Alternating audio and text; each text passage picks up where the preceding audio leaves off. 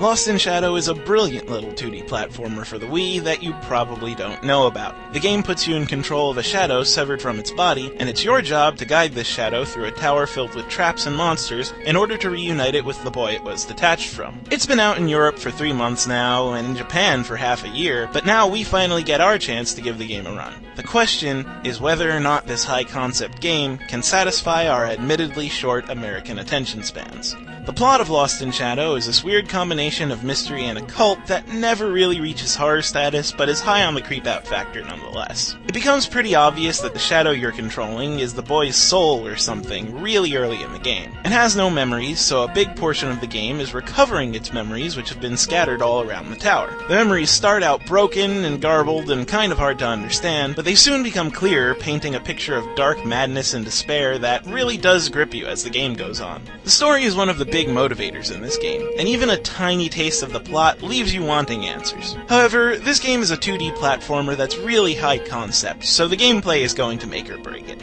Now, in terms of gameplay, Lost in Shadow is dripping with innovation. Since you're playing a shadow, you can only interact with other shadows. As such, most of the game takes place on the background of whatever stage you are in, and this is where the game shines brightest. Ironically, the shadow mechanics of the game are a real treat. You see, while you can only interact with shadows, your fairy companion can flip switches and move light sources in the real world.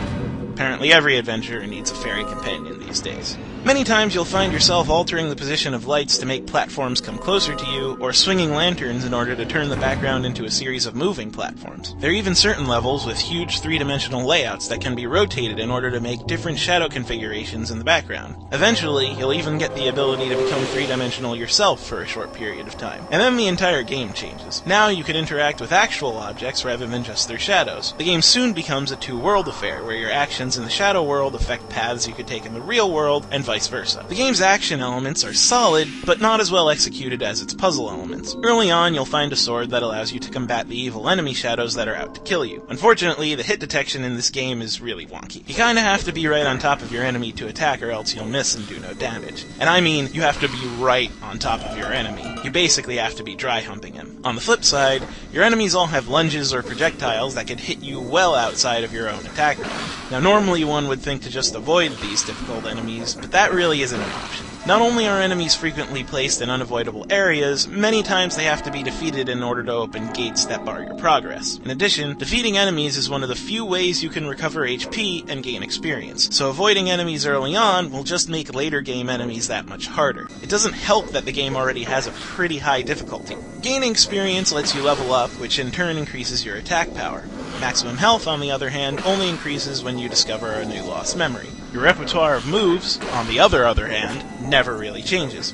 You can just swing your sword with the B button, and that's about it. Unfortunately, commanding your fairy also uses the B button. So every time you press it, you're both asking your fairy to do something and swinging your sword at the same time. This becomes really frustrating when you're trying to fend off enemies and your fairy accidentally latches on to a part of the environment and moves it. As you go through the game, eventually you'll get better swords with better range, which admittedly makes the hit detection a bit more bearable, but you never really get a sense of reward whenever you get a new toy to play with. Upgrades are unfortunately few and far between, and it's really noticeable. You never really feel as if you're getting better in the game. In fact, I'd say that's the biggest problem with this game.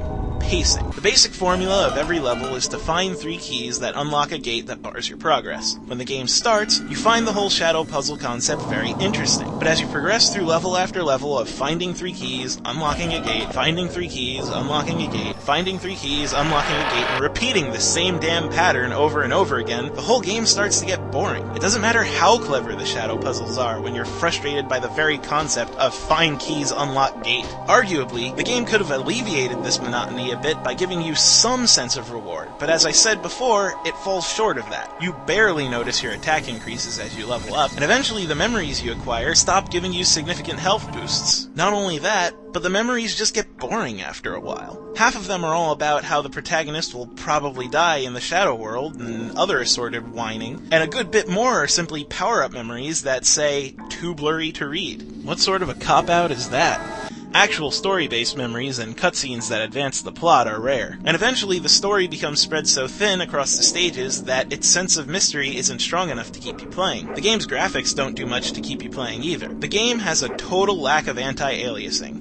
And for those of you who don't know what that is, it basically means that the shadows are all blurry and jagged. Not only does this make the already spotty hit detection absolutely infuriating, but it plain just hurts your eyes. Eventually you have to take a break just due to eye strain, and I haven't had to do that since the old seizure-inducing era of the NES. All things said, Lost in Shadow is an interesting conundrum of a game. When you're into it, you are really into it. The cool shadow-based platforming puzzles are really innovative, and the interplay between two-dimensional and three-dimensional gameplay is actually pretty fun.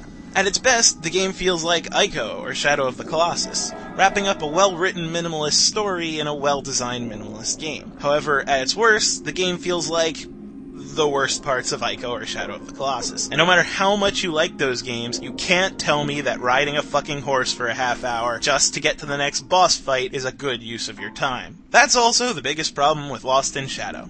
No, not riding horses. Sometimes the game feels so repetitious and padded, it just doesn't feel like a good use of your time. It's not that the game is bad, it's just that it doesn't keep you interested long enough to get to the good parts. Should you play Lost in Shadow?